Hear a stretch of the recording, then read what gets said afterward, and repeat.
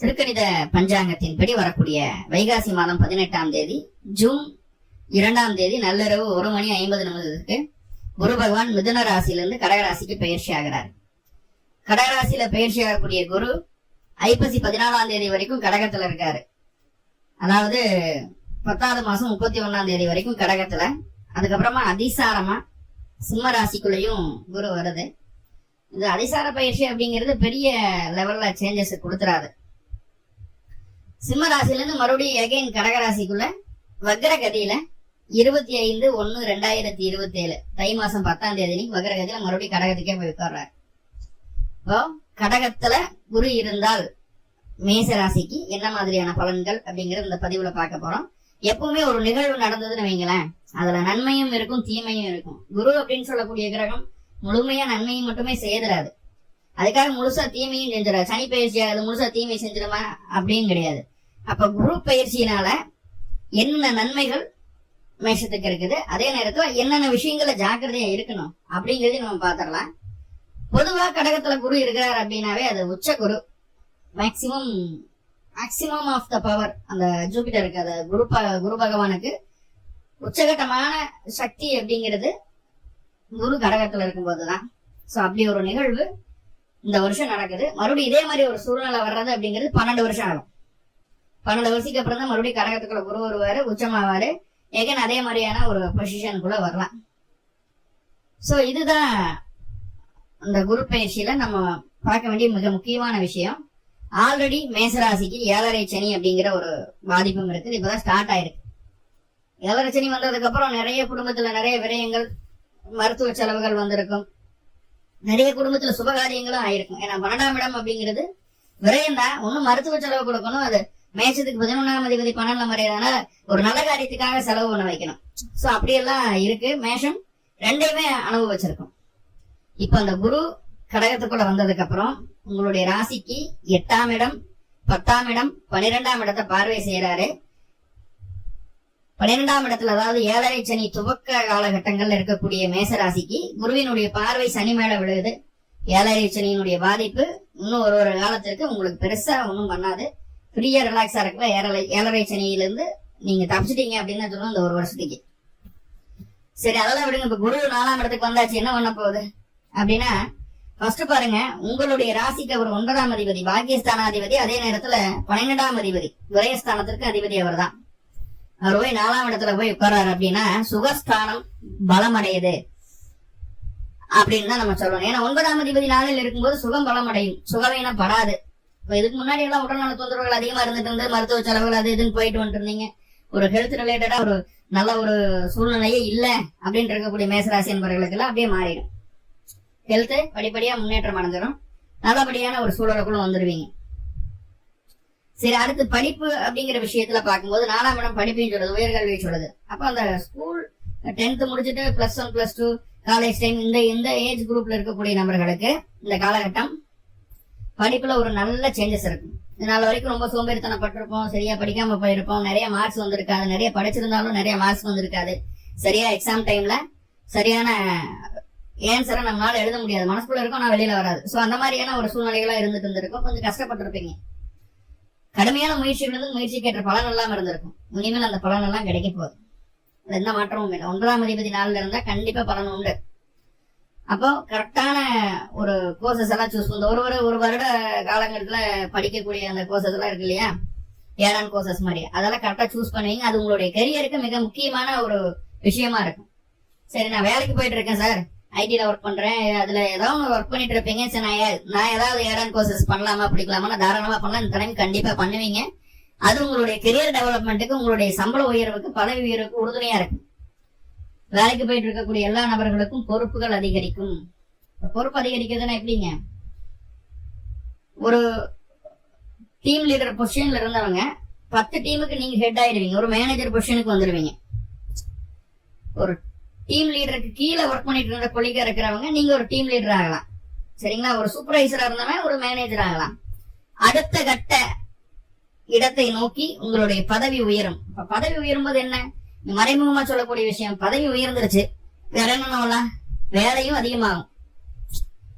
வேலையும் அதிகமாக, ஒர்க்லோட நம்மளால கண்ட்ரோல் பண்ண முடியாது, டே அண்ட் நைட் வேலை செய்யற மாதிரி இருக்கும். ரொம்ப ஈஸியா ரொம்ப சாதாரணமா அந்த விஷயங்கள்ல செய்துட்டு வந்துடும். அதான் கரெக்டா உங்களுடைய திறமைக்கான அங்கீகாரம் கிடைக்கும்.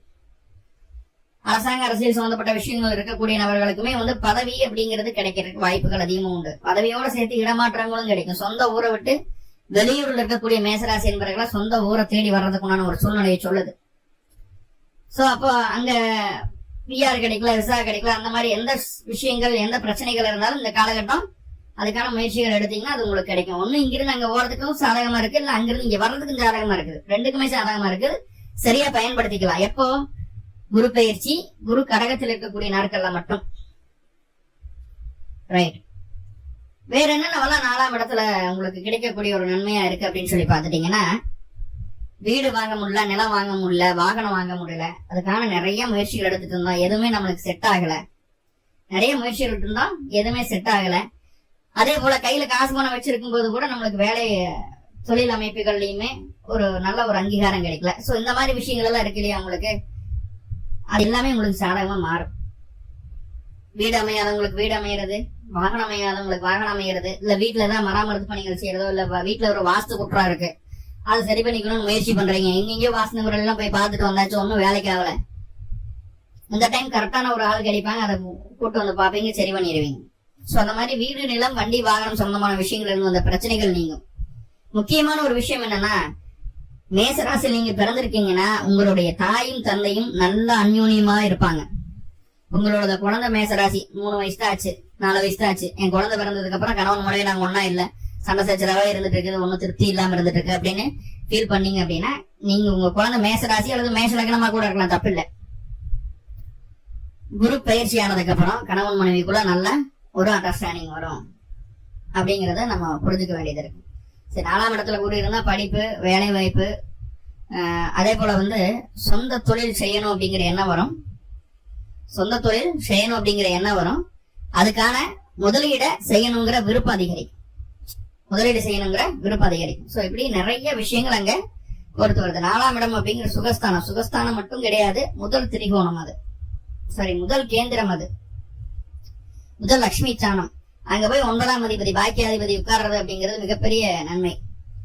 சரி சார், வீடு வண்டி வாகனம் வாங்கணும் பிடிக்கணும்னு நினைச்சிட்டு இருக்கிறேன், அதுக்கெல்லாம் சக்சஸ் ஆகணும்னு நினைக்கிறீங்க சொல்றீங்க, ஆனா எனக்கு சொத்து விற்கணும்னு நினைச்சிட்டு இருக்கேன், அதுக்கான முயற்சி எடுத்துட்டு இருக்கேன், ஒண்ணுமே நடக்க மாட்டேதே அப்படின்னு கேட்டா, அதுவும் இந்த காலகட்டம் 12ஆம் அதிபதி நாள்ல உட்கார்ந்தா சொத்து விரயம் ஏற்படும், சுபகாரியங்களுக்காக சொத்து விரயம் ஏற்படும் அப்படிங்கறத சொல்லுது. சரிங்களா?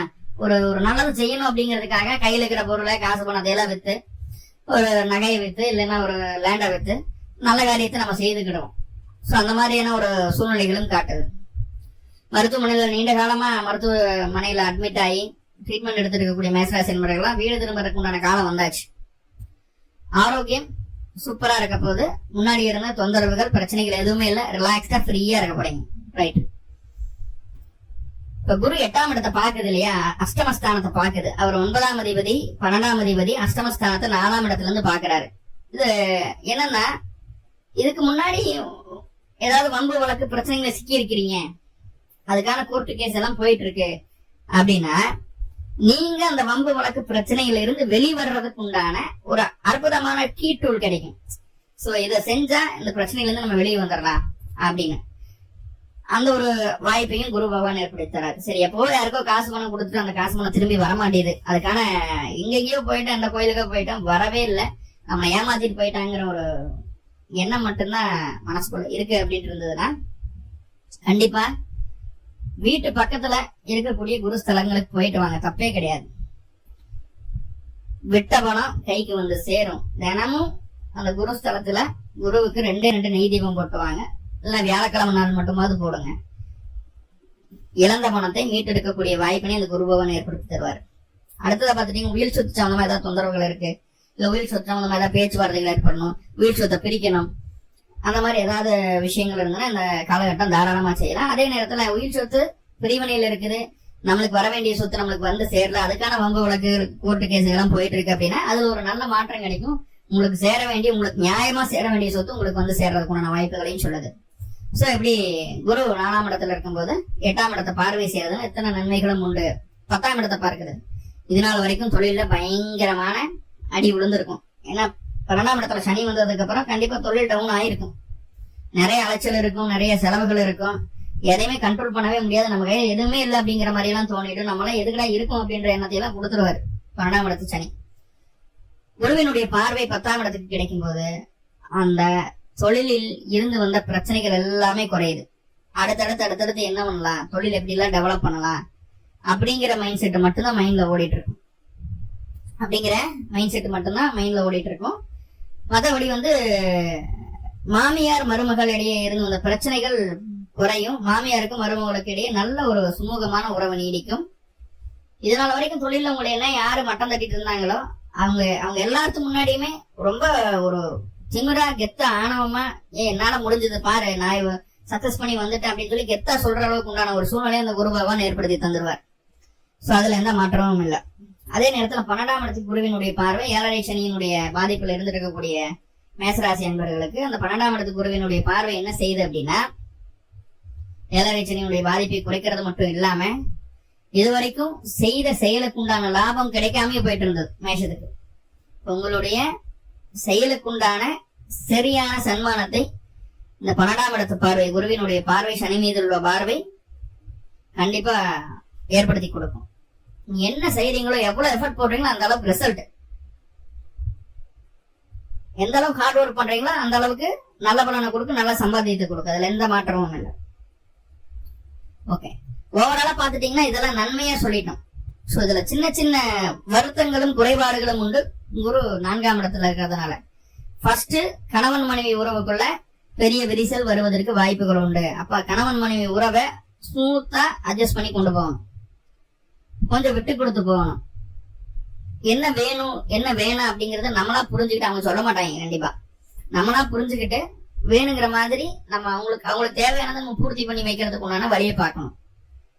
2வது, தந்தை மகனுக்கும் இடையே இருந்து வந்த உறவு நிலையில் சிறு விரிசலோ பாதிப்போ ஏற்படுவதற்கு வாய்ப்புகளை சொல்கிறது.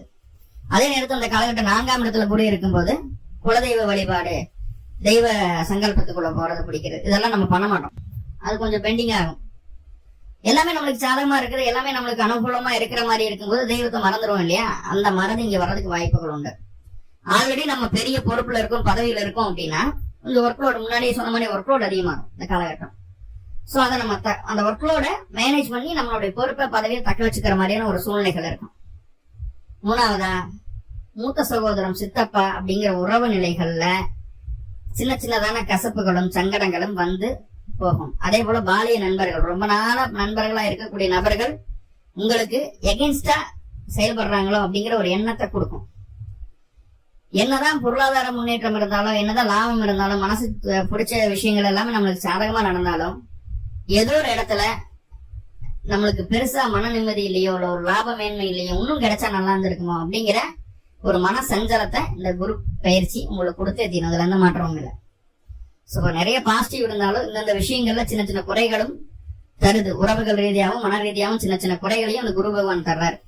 சோ அதை நம்ம நிவர்த்தி பண்ணிக்கிறதுக்கு என்ன வழி இருக்கு அப்படின்னு பாத்தீங்கன்னா, சிம்பிளா வீட்டு பக்கத்துல இருக்கக்கூடிய ஏதாவது ஒரு குருஸ்தலம், தட்சிணாமூர்த்தியா இருக்கலாம், இல்ல ஜீவசமாதி அடைந்த சித்தர்கள் வழிபாடா இருக்கலாம், இல்ல பெருமாள் கோவிலுக்கு போங்க. பெருமாளுக்கு 2 நெய் தீபம், ஒண்ணு நீங்க பிறந்த கிழமை அன்னைக்கு பண்ணுங்க, இல்லைன்னா வியாழக்கிழமைக்கு அந்த வழிபாடை செய்யுங்க.